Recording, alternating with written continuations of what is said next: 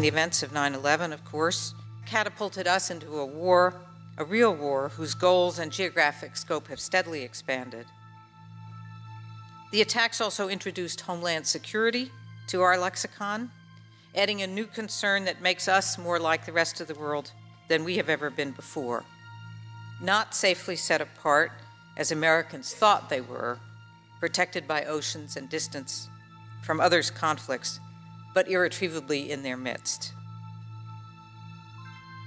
September 11 taught us a new lesson. With global reach, there is no escape from terrorism. The attack on a nightclub in Bali, the hostage-taking in a theater in Moscow, and just as the World Trade Center, German citizens have been victims too. It's also becoming painfully clear in Europe that we are facing a common threat with international terrorism, and that there is no distinction in the mind of the adversaries between the West in general, whether America or Europe.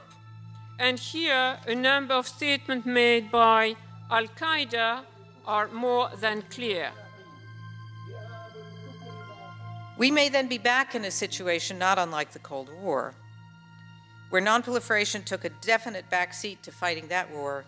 Now it may do the same to fighting terror. One of our new challenges is to undertake hard analysis about where priorities conflict and do not, and how can we avoid long-term damage to nonproliferation goals by seeking short-term gains in counterterrorism goals.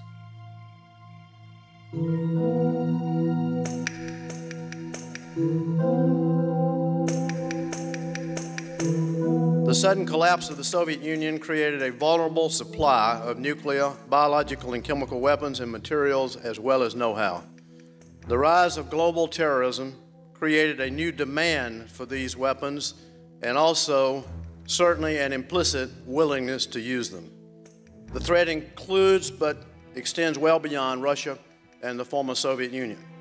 Large amounts of civilian, highly enriched uranium exist in dozens of civilian research facilities around the world. We're talking about the raw material of nuclear terrorism, stored in hundreds of facilities in dozens of nations. Based on IAEA calculations, only a relatively small amount of highly enriched uranium could be enough for a nuclear explosive device.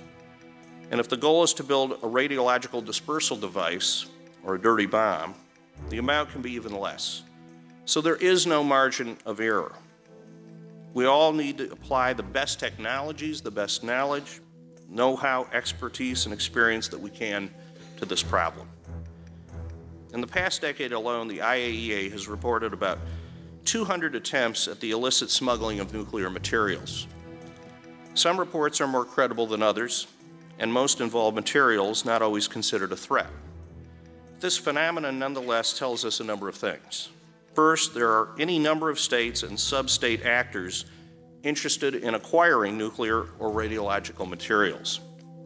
Second, even a little success in smuggling or theft can have a great impact. It remains next to impossible, it would seem to me, for a terrorist movement in the world of today to develop a nuclear weapon on its own. Of course, I'm not talking about a dirty bomb, but of a real nuclear explosive device. But terrorists, on the other hand, could acquire one or more nuclear devices in cooperation with a state of concern. So I think if Al-Qaeda had stayed in Afghanistan, I think eventually it would have succeeded in making a nuclear weapon. Who knows how long it would have taken. They still would have needed to acquire fissile material, and who knows if that could have been accomplished. But I do think also that this program was nipped in the bud, and that in that sense we were very fortunate. And needless to say, Al-Qaeda can certainly build dirty bombs. And my own view is that if they wanted to build dirty bombs and they wanted radioactive material, they certainly have it already, or could fairly easily acquire it. I think we could all agree that securing fissile material is essential. That's the one crucial barrier to nuclear terrorists actually building an improvised nuclear device. The know-how to build these devices is rather prevalent. What they're really lacking is enough fissile material. We paid so much attention to Russia because that is where so much of the material is.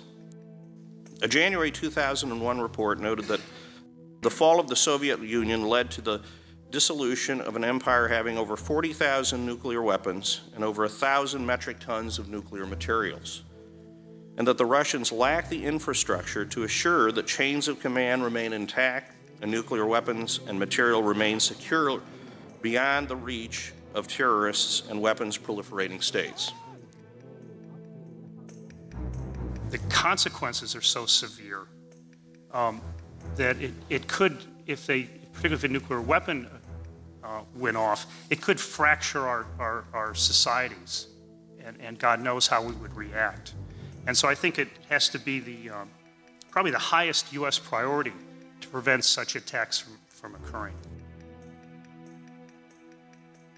I'm often asked, how difficult is it to keep terrorists from attacking us with a nuclear weapon?